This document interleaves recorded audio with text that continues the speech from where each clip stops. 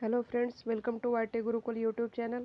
आज के वीडियो में हम देखने जा रहे हैं आधुनिक भारतीय इतिहास के महत्वपूर्ण प्रश्न। और ये हमारा पार्ट 1 है।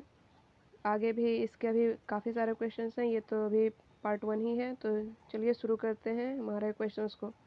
तो जो पहला क्वेश्चन है हमारा, ये है वह प्रथम भारतीय व्यक्ति कौन थे जिन्हें ब्रिटिश संसद के लिए चुना गया था। तो इसके ऑप्शंस देख लेते हैं। ए है लाला लाजपत राय, बी है दादा भाई नौरोजी, सी है बिपिन चंद्र पाल और डी है बाल गंगाधर तिलक। तो इसका जो सही ऑप्शन है वो है दादा भाई नौरोजी। दादा भाई नौरोजी को ही सबसे पहले ब्रिटिश संसद के लिए चुना गया था। नेक्स्ट क्वेश्चन है, भारतीय राष्ट्रीय कांग्रेस का जनक किसे कहा जाता है। तो इसके ऑप्शन हैं महात्मा गांधी, जवाहरलाल नेहरू, एनी बेसेंट और ए ओ ह्यूम।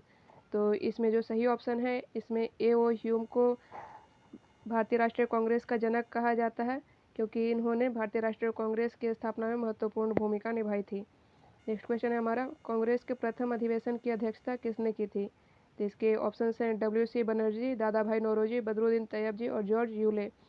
तो इसका जो सही ऑप्शन है वो है डब्ल्यू.सी. बनर्जी, यानी कि इनका पूरा नाम व्योमेश चंद्र बनर्जी है। भारतीय राष्ट्रीय कांग्रेस की स्थापना 28 दिसंबर 1885 ईस्वी को हुई थी और ए ओ ह्यूम के नेतृत्व में हुई थी।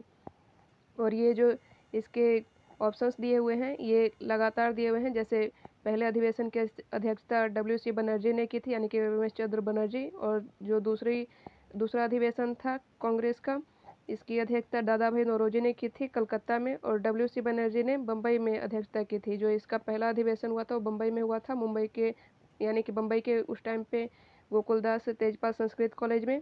दूसरा अधिवेशन इसका हुआ था कोलकाता में, यानी कि उस टाइम पे कलकत्ता में 1986 में। बदरुद्दीन तैयब जी ने मद्रास में किया था तीसरे अधिवेशन की अध्यक्षता 1987 में, और जॉर्ज यूले ने इलाहाबाद में 1988 में इसकी अध्यक्षता की थी, चौथे अधिवेशन की अध्यक्षता। नेक्स्ट क्वेश्चन हम देख लेते हैं, भारतीय राष्ट्रीय कांग्रेस की प्रथम महिला अध्यक्ष कौन थी। तो इसके ऑप्शन हैं एनी बेसेंट, सरोजिनी नायडू, अरुणा असफ अली और पंडित रमाबाई। तो पंडित रमाबाई ने तो कभी भारतीय राष्ट्रीय कांग्रेस की अध्यक्ष ये नहीं बनी थी। तो इसका जो सही ऑप्शन है वो हम देख लेते हैं। तो इसका जो सही ऑप्शन है वो है एनी बेसेंट, और इन्होंने 1917 में भारतीय राष्ट्रीय कांग्रेस की अध्यक्षता की थी, भारतीय राष्ट्रीय कांग्रेस के अधिवेशन की अध्यक्षता यानी कि। और 1925 में हमारी जो पहली भारतीय महिला थी, इन्होंने भारतीय राष्ट्रीय कांग्रेस की अध्यक्षता की थी, 1925 ईस्वी में इन्होंने की थी। नेक्स्ट क्वेश्चन है हमारा, भारतीय राष्ट्रीय कांग्रेस का प्रथम अधिवेशन कहाँ आयोजित हुआ था। तो यह भी मैंने आपको बताया था प्रीवियस क्वेश्चंस में। तो ये है ऑप्शन बम्बई, कलकत्ता, मद्रास और इलाहाबाद। और ये क्रम से ही है, यानी कि सबसे पहले बम्बई में हुआ था जो पहला अधिवेशन था, दूसरा हुआ था कलकत्ता में दादा भाई नौरोजी के, इन्होंने नेतृत्व में अध्यक्षता, यानी कि दादा भाई नौरोजी ने की थी अध्यक्षता। मद्रास में बदरुद्दीन तैयब जी ने की थी और इलाहाबाद में किया था जॉर्ज यूले ने। नेक्स्ट क्वेश्चन है, ये इसका सही ऑप्शन है बम्बई। नेक्स्ट क्वेश्चन है हमारा, भारत का सबसे पहला समाचार पत्र कौन सा है। ऑप्शन हैं इसके केसरी, मराठा, बंगाल गजट और अमर उजाला। अमर उजाला तो अभी काफ़ी नया अखबार है, और केसरी और मराठा आई होप कि आपको पता होगा कि ये बाल गंगाधर तिलक का अखबार था, इन्होंने चलाया था इन अखबारों को। और जो हमारा जो इस यानी कि सही ऑप्शन बचा है वो है बंगाल गजट, इसका सही आंसर हो जाएगा। यानी कि भारत का जो सबसे पहला समाचार पत्र है वो है बंगाल गजट। नेक्स्ट क्वेश्चन पे मूव करते हैं, प्रवासी भारतीय दिवस किस तारीख को मनाया जाता है। तो ये सीधे सीधे आधुनिक भारतीय इतिहास से क्वेश्चन आपको लग रहा हो कि नहीं है, लेकिन ये उसी से मिलता जुलता है। और इसके ऑप्शन हैं 4 जनवरी, 9 जनवरी, 15 जनवरी और 30 जनवरी। तो इसका जो सही ऑप्शन है वो है 9 जनवरी। और 9 जनवरी को भारतीय प्रवासी दिवस इसलिए मनाया जाता है क्योंकि उसी दिन महात्मा गांधी, हमारे जो राष्ट्रपिता हैं, वो दक्षिण अफ्रीका से भारत लौटे थे। अभी ये समझ में आ रहा होगा आपको कि अभी ये हो गया है आधुनिक भारतीय इतिहास से क्वेश्चन। नेक्स्ट क्वेश्चन है, महात्मा गांधी ने सत्याग्रह का प्रथम प्रयोग भारत में कहाँ पर किया था। तो इसके ऑप्शन हैं चंपारण, नागपुर, अहमदाबाद और कलकत्ता। तो इसका जो सही आंसर है वो है चंपारण। 1917 में महात्मा गांधी ने भारत में प्रथम बार सत्याग्रह का प्रयोग किया था, और ये चंपारण बिहार में है। यहाँ पे जो नील की खेती होती थी उसके विरोध में किसानों ने महात्मा गांधी को बुलाया था। मैंने जो नाम था वो रामचंद्र शुक्ल थे, इन्होंने ही महात्मा गांधी को बुलाया था। नेक्स्ट क्वेश्चन हमारा, आर्य समाज की स्थापना किसने की थी। तो इसके ऑप्शंस हैं स्वामी दयानंद सरस्वती, राजा राम मोहन राय, ईश्वर चंद्र विद्यासागर और स्वामी विवेकानंद। तो इसका जो सही आंसर है वो है स्वामी दयानंद सरस्वती, इन्होंने आर्य समाज की स्थापना की थी। नेक्स्ट क्वेश्चन है हमारा, प्रसिद्ध कविता सरफरोशी की तमन्ना किसने लिखी है? तो इसके ऑप्शन हैं राम प्रसाद बिस्मिल, बिस्मिल अजीमाबादी, हजरत मोहानी और सर सैयद अहमद खान। तो काफ़ी सारे बच्चों को आपको लग रहा होगा कि सरफरोशी की तमन्ना ये राम प्रसाद बिस्मिल ने लिखा होगा, लेकिन ऐसा नहीं है। ये कविता है सरफरोशी की तमन्ना जिसके बारे में पूछा गया है। तो इसका जो सही आंसर है वो है बिस्मिल अजीमाबादी।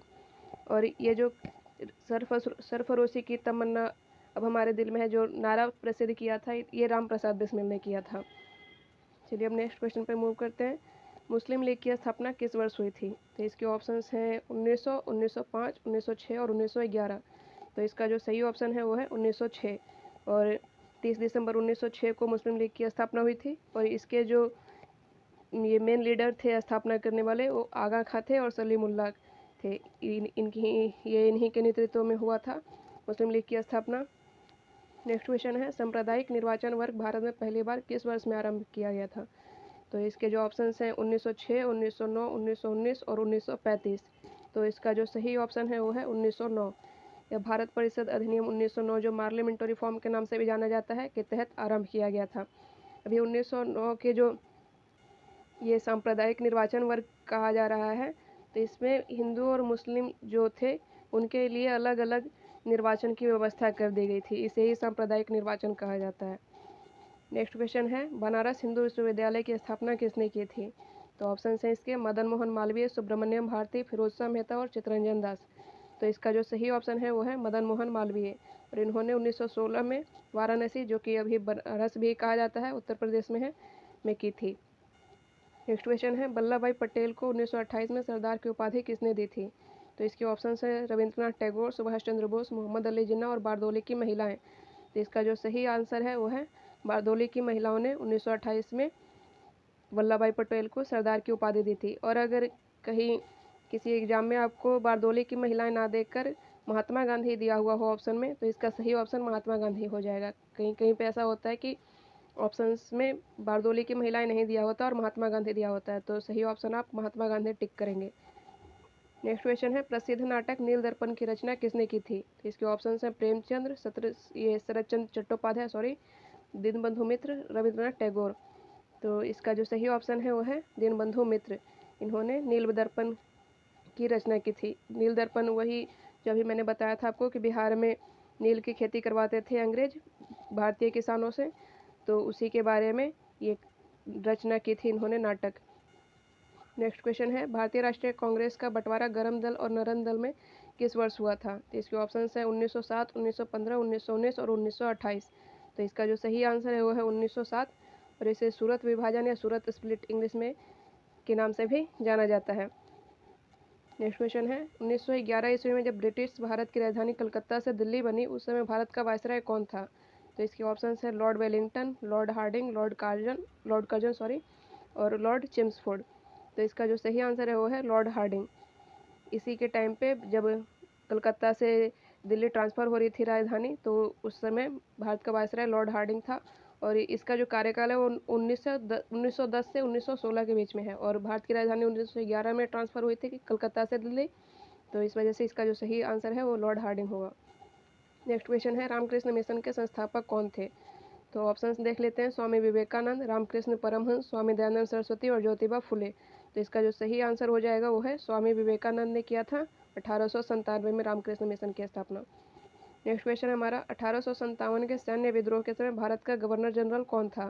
तो इसका ऑप्शन है Lord Dalhousie, Lord Canning, Lord Hardinge और लॉर्ड मिंटो। तो इसका जो सही आंसर है वो है लॉर्ड कैनिंग। नेक्स्ट क्वेश्चन है, 18 अप्रैल 1930 को चिटगांव शस्त्रागार, जो कि बंगाल प्रांत में स्थित है, पर धावा किसके नेतृत्व में बोला गया था? तो इसके ऑप्शन हैं चंद्रशेखर आज़ाद, सुरेश सेन, भगत सिंह और अरविंद घोष। तो इसका जो सही आंसर है वो है सुरेश सेन। और इनका लोकप्रिय नाम मास्टर दा था, यानी कि लोग इन्हें मास्टर दा के नाम से ज़्यादा जानते थे। नेक्स्ट क्वेश्चन है, वैलेंटाइन सिरोल ने किसे भारतीय असंतोष या उपद्रव का जनक कहा था? तो वैलेंटाइन सिरोल उस टाइम पे ब्रिटिश प्रधानमंत्री थे। और ऑप्शंस देख लेते हैं, लाला लाजपत राय, विपिन चंद्रपाल, रविंद्रनाथ टैगोर और बाल गंगाधर तिलक। तो इसका जो सही आंसर है वो है बाल गंगाधर तिलक। बाल गंगाधर तिलक को वैलेंटाइन सिरोल ने भारतीय उपद्रव का पिता कहा था। नेक्स्ट क्वेश्चन है एंग्लो मोहम्मडन ओरिएंटल कॉलेज की स्थापना 1875 में किसने की थी? तो इसके ऑप्शन है सर सैयद अहमद खान, रामप्रसाद बिस्मिल, मोहम्मद अली जिन्ना और अबुल कलाम आज़ाद। तो इसका जो सही आंसर है वो है सर सैयद अहमद खान। 1920 में इसका नाम बदलकर अलीगढ़ मुस्लिम विश्वविद्यालय कर दिया गया। AMU जो आप ज़्यादा जानते होंगे, इसका पूरा नाम अलीगढ़ मुस्लिम विश्वविद्यालय है। नेक्स्ट क्वेश्चन है 1873 में सत्यशोधक समाज की स्थापना महाराष्ट्र में किसने की थी?